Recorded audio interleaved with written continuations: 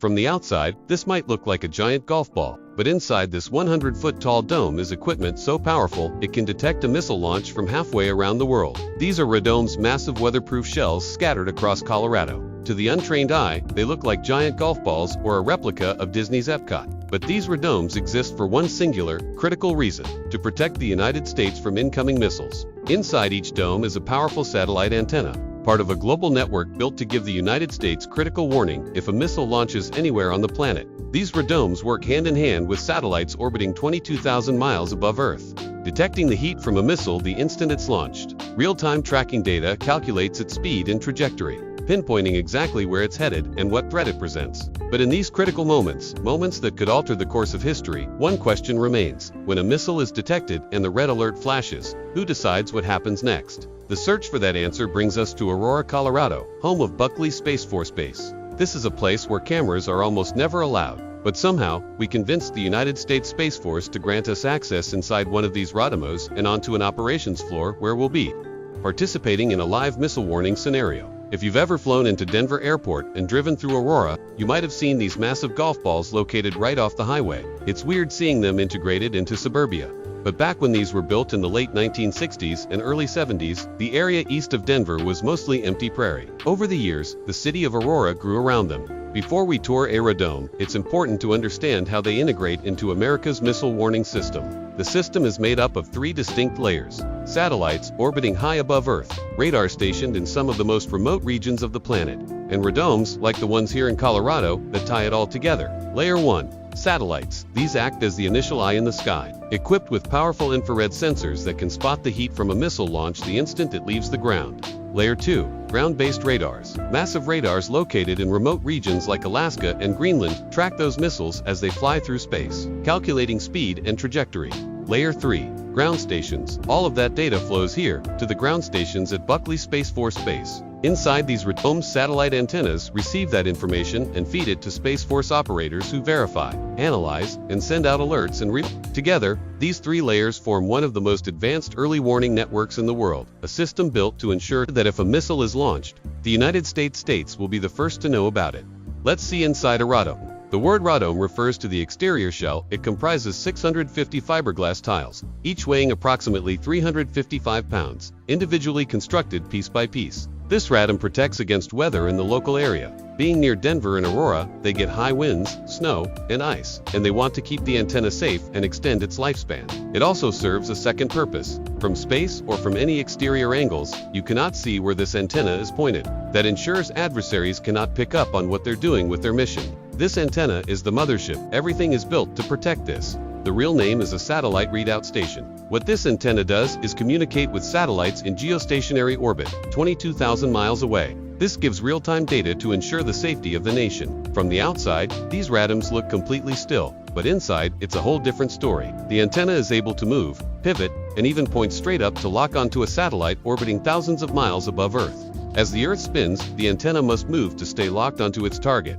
constantly adjusting to maintain a steady connection. The antenna is named Fred, and it resembles the Ford logo because this antenna was actually built and designed by Ford's aerospace division. They began construction in 1971 and completed it in 1973. So Ford builds trucks, cars, and antennas. For common maintenance issues, just like any other Ford truck, you gotta do your oil changes and maintenance on the motors for the elevation azimuth motors. Every single day, twice a day, they come out and do checks because, like an engine in your motor vehicle, this thing might squeak before it sounds the alarm on their software. There are multiple antennas at Buckley, some for redundancy in case one goes down, but every antenna fills its own role and its own mission. They repositioned the antenna for us in what they call the birdbath position, and we were given permission to climb up and stand inside the dish itself. We're 80 feet high right now, standing on the dish of this antenna. The best example for what this thing does. Imagine aiming a laser pointer at a moving target 22,000 miles away. Except that laser is transmitting data in real time that can help detect a missile launch from halfway around the world.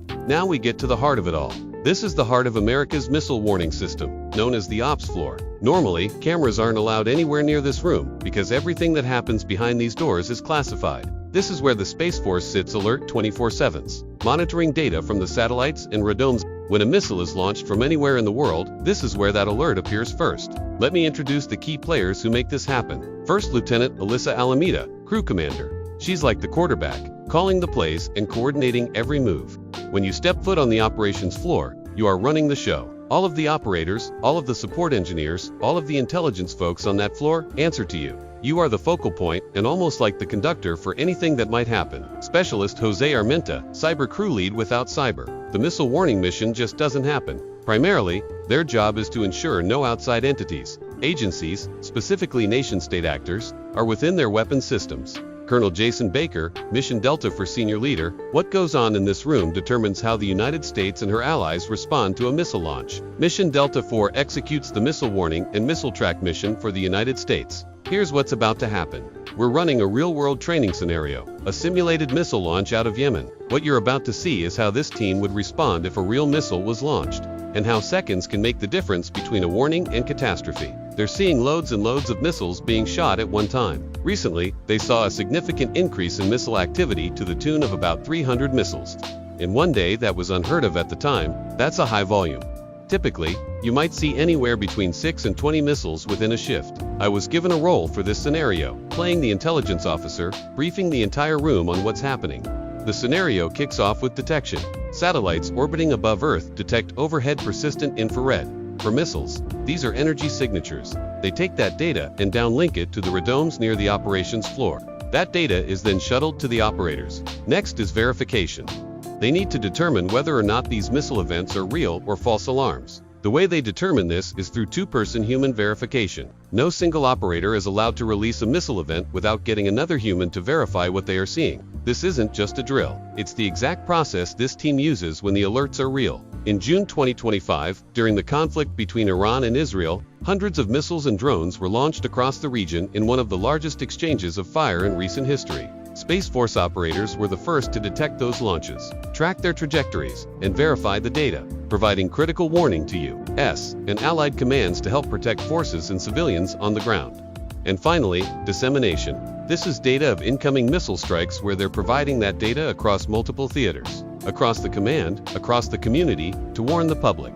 It's going across the Department of War, going to the White House, and up to the President of the United States. The most rewarding part of their job is knowing that what they do has a real impact. Knowing that you're not alone and you have your crew to support you goes leaps and bounds. These Guardians have seen many similar events in the real world. The Space Force has been around since 2019, and it's still largely misunderstood. The Space Force exists fundamentally to contest and control the space domain through three core functions: space superiority, global mission operations, and space access. It's high-tech, high-stakes operations every day. That's what Guardians do. The nation honestly doesn't even know that they're doing their job if they're doing their job right. So there you have it. Next time you drive through Denver and see those giant golf balls on the horizon, you'll know that they're part of a mission that never stops.